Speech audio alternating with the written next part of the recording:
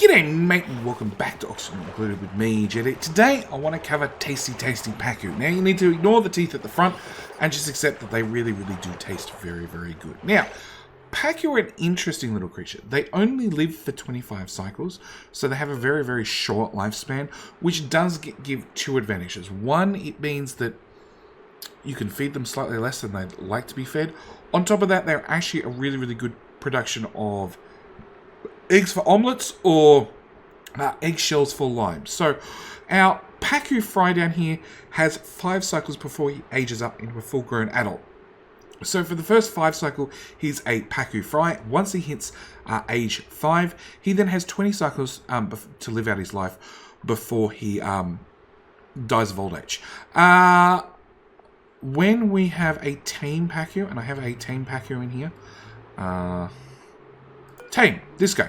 So once they're actually tame, they have a base reproduction rate of 7%, but once they're actually tame, we get an extra 60% on top of that. So it means basically you're going to get an egg every other cycle. For their 20 life cycle age, that means you're basically going to get 10 eggs out of one Pacu, which is an incredible amount of, as I said, omelets, and potentially, if you let them grow all the way up and age properly, you could actually get the eggshell, or you'll get the eggshell no matter what.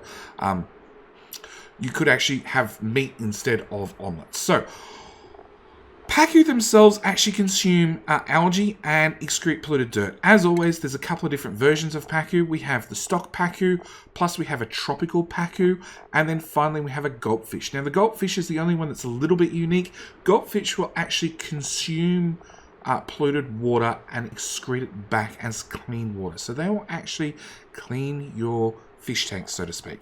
Apart from that, they all consume the same amount of algae. They all produce the same amount of polluted dirt. There's fairly boring between the variants. I actually prefer the Pacu themselves. I guess just from a design point, no other reason.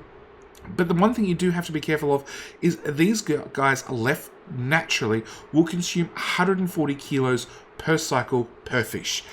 In this particular fish tank, which is 8 by 10, so 80 tiles size, 80 tiles in size, I actually have 10 critters in here. Each Pacu needs 8 water tiles to be considered comfortable and have room to move. I do have an extra 6 tiles up here that is not quite enough to give me an 11th Pacu. They get fish fed from a fish feeder, and we need a fish release to dump new fish into the room. Now, on top of that, I always recommend you have an auto sweeper set up in the room, reaching the bottom of the tank, along with a conveyor loader to actually ship the eggshells out, the eggs out, because as I said, remember, each one of these is going to lay an egg every 2 cycles with 10 in the room. That's 5 eggs every cycle that we're going to get out of 5, 8. No, 10 in the room. 10 in the room, we're going to get 5 eggs out every cycle. So you're really going to need a conveyor loader in here to ship out both the eggs, along with these guys that actually excrete for the algae they're going to eat. They're going to excrete polluted dirt. Now, polluted dirt, if you remember, can be fed to our pinchers, which we covered in the last episode, or last video. So, you know, symbiotic relationship and all that sort of stuff. Your second option is to keep them slightly more confined. So I actually have 35 Pacu in this room, and this room is 7 by 5, so it is exactly 35 tiles. That means they have a tile each. If we go grab our tame Pacu and throw him in here, and just wait a second for him to update. So he's now overcrowded and glum, which has lowered his metabolism by 80%. So rather than burning 100 calories per cycle, he's now only going to consume 20 calories per cycle. When he goes from a Pacu fry, fresh from the egg, up to when he's actually born from the egg, if I can find my little... Where's my little friendly tiny one?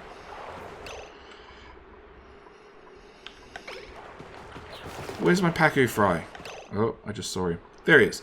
So, these guys are actually born with like 450, 470 calories each. So, you know, they do have, even when put in a tiny fish tank like this, where they're thoroughly overcrowded, they're actually born with enough food to survive their whole 25 life cycle life before they actually run out of food and die. So, technically, you're not starving them. They're just happy being never fed. But that does require you to overcrowd them, you know, a fair bit. Now, given that knowledge, we need to actually look at a slightly more advanced system to automate the whole process. Because we do want to have tame Pacu, but we don't want to feed them 140 kilos worth of algae per cycle. So what I actually have down here is I have 6 sets of a automated fish ranch. So I have my 4x2 being 8 tiles for my Pacu to swim around in. And as you can see, he's happy, but he's not quite happy. His reproduction is stuck at the 7% per cycle because this system is not 100%. Sometimes they're perfectly happy. Other times they'll actually get this glum debuff. The idea is normally for the first couple of cycles, the first couple of cycles, they'll actually get 1 or 2 eggs popped out before they start getting this glum debuff. Now, the reason they're getting this glum debuff is they're not actually getting fed all that often. I have a conveyor.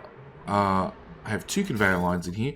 One is a conveyor receptacle line, bringing in algae, and the other is a conveyor loader, which is going to take out both my eggs along with my polluted dirt and eggshells and meat and everything else that ends up in our little fish tanks. So what we actually have down here is we have a fish feeder which is set to 1 kilo. I only want to put 1 kilo worth of food into this fish feeder, but I definitely do not want dupes coming and doing it all the time. So what we actually do is we set up a little bit of automation here with a door that blocks this bottom tile of the fish feeder. Because that tile is blocked, the auto sweeper can't actually reach the fish feeder. But once we unblock it, we can take 1 kilo out of our conveyor receptacle and throw it into our fish feeder, which will make our little Pacu slightly more happy for just a little bit. As you can see, now he's been fed. He does have 0.3 of a calorie, so he's got a tiny little bit of calories, but it also means that reproduction is going to go back up. After we set our doors back the way they're meant to, which is open, they're open for just 0.5% of a cycle. We'll close that door. Fish feeder will remain empty. But this guy is he's got a little bit of food. He's going to continue to reproduce. When he actually drops his egg, it's going to get loaded into this conveyor loader. And as you can see, I've got 6 of these fish farms all set up exactly the same. 1 fish each. We're going to load all the eggs out, and they're going to actually come up here and get dropped into this conveyor chute. As you can see, I already have a number of eggs down here because these guys have all laid their eggs for this particular run in their life cycle. They'll actually keep laying eggs and probably laying normally 2 or 3, sometimes 4 before their cycle's over.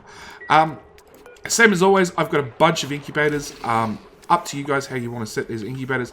Mine are just set to fry eggs, and I can either then choose to crack the tropical fry eggs or the gulp eggs, or you could just incubate everything. It doesn't really matter. In here I have Pacu automatically get incubated at 20% per cycle, and if I can convince a dupe to actually come over here and do something about it, we can see what happens when they're lullabied. There we go. There's another egg coming over. So I have absolutely no shortage of eggs.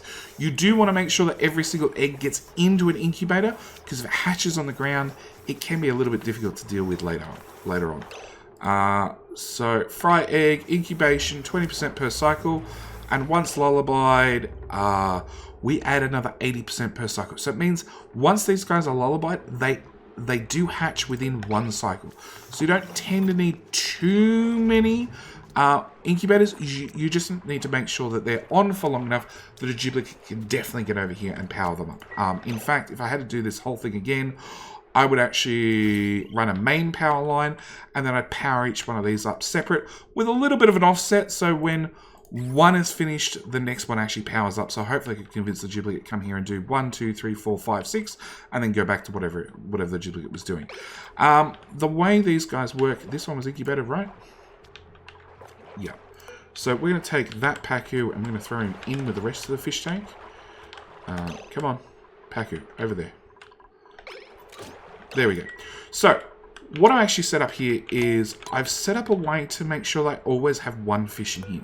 So I have a critter sensor down here hooked up to our automation, which is set to 0 critters. So if there's 0 critters in here, it'll actually switch off, giving a red signal, and then I've run it through a NOT gate to open this door.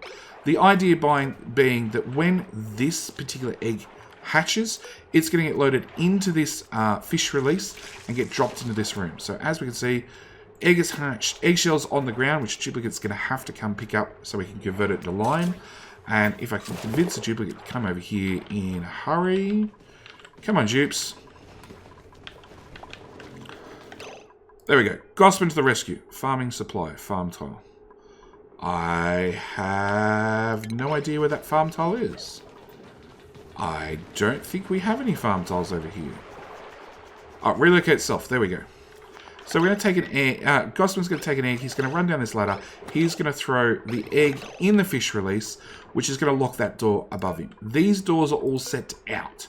So the duplicates can pass from left to right and leave this build and steal eggs through doors. Horrible, horrible Gospin. I have no idea what you did with that egg, but that's fine. And as you can see, we've repopulated this room. Our Pacu Fry is down here perfectly happy. Starts off with his 450 calories, and he will slowly age up. He'll give us a couple new eggs during his life cycle, and then he will move on. The other thing we actually have is we have a couple of options. We can have a lot of fish like this, which does come with this sort of pathfinding. Our second option is we can set up our fish like this. This is my preferred method, mainly because you have a certain amount of lag introduced when you have too many pathfinding options for too many critters. So this has minimized all their pathfinding down to there is none. Actually, in this one tile, I have 40 Pacu, which are all in there. They're very, very overcrowded. They're very, very glum. But if we go grab Tame, we go grab our Tame one and put him in here so we can read his stats. We can see he's now overcrowded, he's now glum, but he still has 20 kilocalories per cycle. He could last in here for 22 cycles before he's automatically going to age up and become Pacu Filet, which then means he's ready to go straight into the grill and become cooked fish. So this is how I set up my Pacu farms. It does require a little bit of automation. Down here I've got my storage bin. Right beside a conveyor loader with an auto sweeper to do it. This is up to you. You can either have the conveyor loader for manual use, so the duplicates can do it automatically, or so the duplicates can do it, or you can use an auto sweeper. The only thing you got to make sure is that the conveyor loader has a higher priority than the storage bin, because resources always move up in priority. And just accept that you are going to have some fish and some eggs that get dropped on the ground. Unfortunately, the way duplicates work, that if it suddenly becomes lunchtime, they drop whatever they're doing. So if they're currently transporting an egg up to here or a fish into here or whatever, they're just going to drop them on the ground. In fact, we just had one hatch straight on the ground because I don't actually have enough incubators. It is something you need to consider how many incubators you have. You could always put down a whole stack of unpowered incubators. There's really nothing that stops you doing it. Yeah, I've got 4 more eggs. You don't actually have to keep them powered. That's entirely up to you. You do need to make sure you definitely put eggs in some sort of incubator just to keep them running. And the other thing I do have to mention is these fish releases, even though it's set to max of 10 critters, if I hover my mouse over it, it says storing 0 of 10. Yeah, these guys don't actually work terribly well. As you can see, this is set to a maximum of 20. If I actually bring up my room overlay, I've got 38 in there now. So Gospin's been happily throwing extra fish into this room. I normally recommend this method because it just locks the duplicates out of the whole system. They can't actually drop fish in any of these fish feeders. If you look at the priorities, these are all set to priority 8, whereas this is set to priority 5. Fish will automatically get repopulated into these systems first, or dropped on the floor entirely. And if the duplicates can't access any of these fish releases, they'll actually drop it in here and add it into the fish bowl. Anyway, that's going to be it for this quick tutorial video on Pacu. Like I said, I strongly recommend them, but you have to be cautious about how much they're going to eat and how to properly manage them. But like I said, you know, really, really good source of meat. Every 25 cycles, new Pacu fillet. It doesn't require actually that many Pacu to get the system up and running, and then once the system's up and running, it's basically free meat forever. Anyway, that's where I'm going to leave it. As always, if you like this video and found it helpful, by all means, click the like button and share it with your friends. If you want to see more videos like this, more tutorial videos about oxygen not included, by all means, click the subscribe button, and I'll see you guys in the next video. Thanks for watching. Bye.